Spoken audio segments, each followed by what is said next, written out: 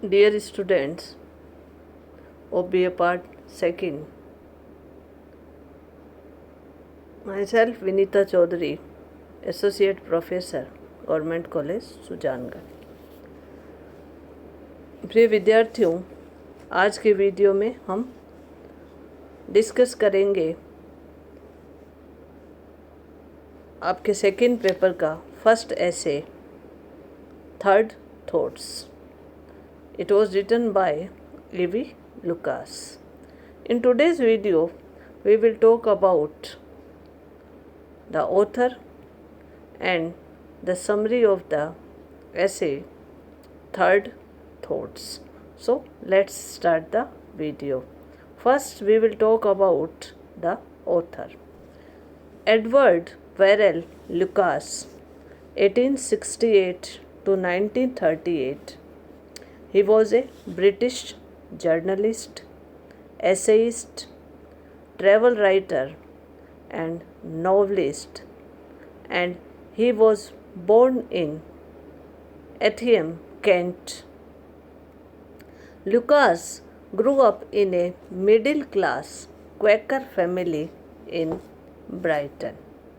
After an early apprenticeship to a bookseller, he worked as a journalist and eventually moved to London, where he joined the staff of humor magazine Punch and later became its assistant editor. He was written nearly 100 books that exhibit style and humor, widely appreciated by both readers and critics.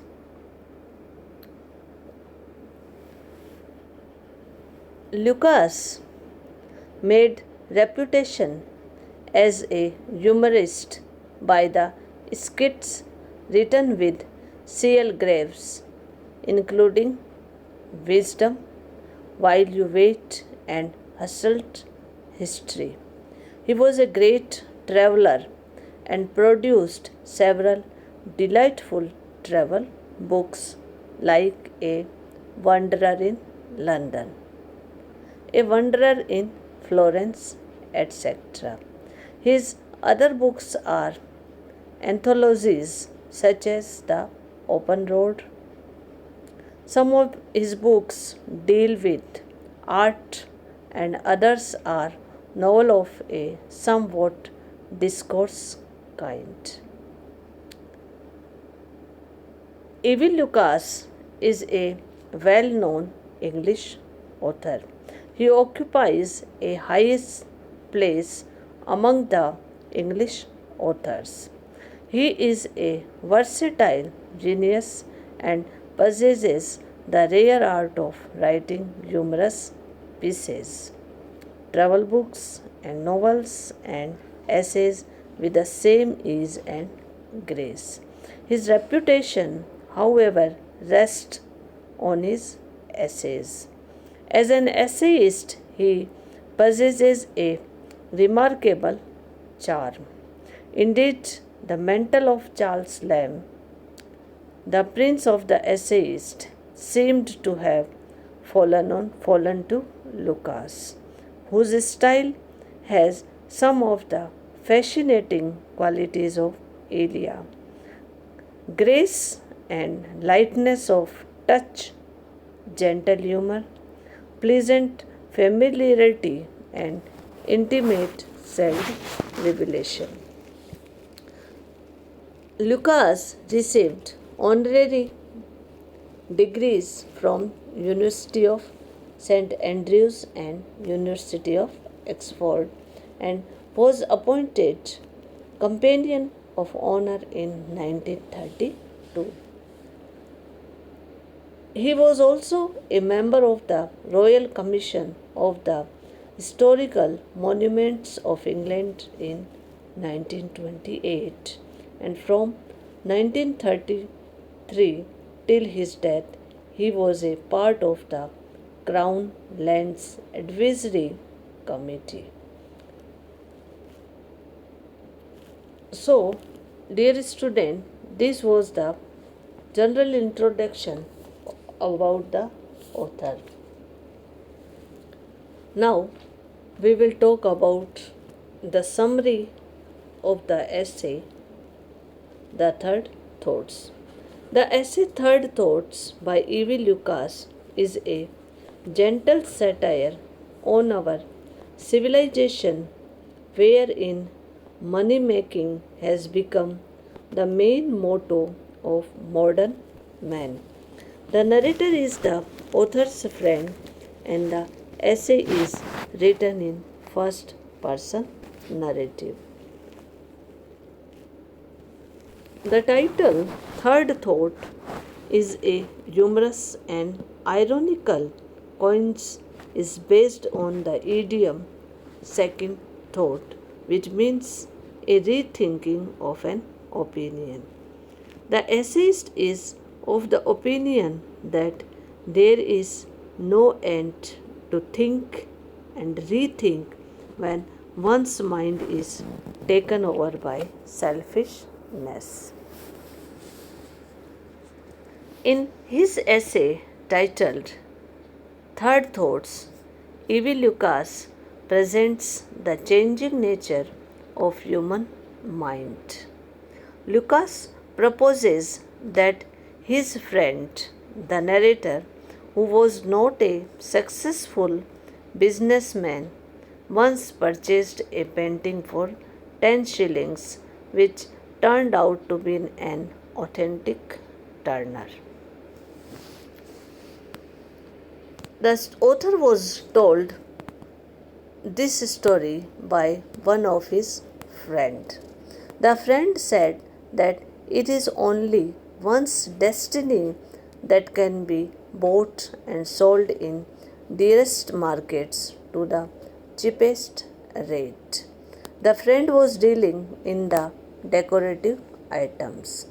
Usually, he had to sell them at such a lower price that it seemed to him that by accepting that item at such a lower rate, the buyer was doing him special favor. But the other day changed into a very fortunate day for him, bringing him an unexpected earning. Drifting about the old curiosity shops of a cathedral city, he came upon a portfolio of watercolor drawings. Among these, drawing, the drawing by Turner attracted him very much. He asked the dealer its price, and dealer said that the cost 10 shillings only. He paid 10 shillings to the dealer and bought it from him. And then the next moment he sold it at the cost of 50 pounds and thus earned a huge profit, 49 pounds 10, and was duly elated. Thereupon his thoughts ran thus that the dealer must also participate in this profit. He had behaved him very well, and he ought to behave well to him. Hence, it would be fair to send him half of the earning. After having decided thus, he sat down and wrote a little note saying that the potential Turner drawing turned out to be authentic and he had great pleasure in enclosing half of the proceeds. As he had no stamps and was late by an hour, he could not post the letter and went to bed. He woke up at about 3:30 a.m. and began to review his life's errors. This process of evaluation and review led him to examine and cross examine the contents of the letter. His thoughts ran by why he should give half of the proceeds to the dealer, as it was useless to be egoistic in this modern world. It was only his eyes that detected the probability of his business, in which he had remained a complete failure, and thus why he should put a premium for inaptitude, and a present of £10 would be more than enough. Then he took a storybook and read one as sleep was refusing to oblige him. His thoughts ran thus: why he should send £10 even? It will only give the dealer a wrong idea of his customers.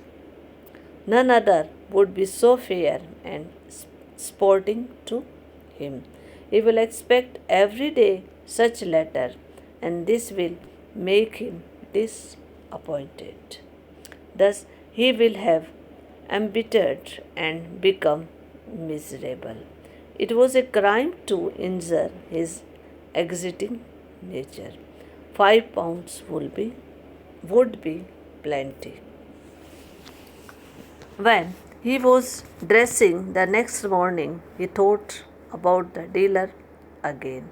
His thoughts ran thus: why he should bring a financial cope in his life by giving such large part of money, such large part of money away, and he should control his feelings. At last, he decided in favor of sending a pound with a brief note. The note contained that he had sold the drawing at a profit, which enabled him to make a present, because it is his old belief that good luck must be shared. He had the envelope containing the check and the brief note in his pocket.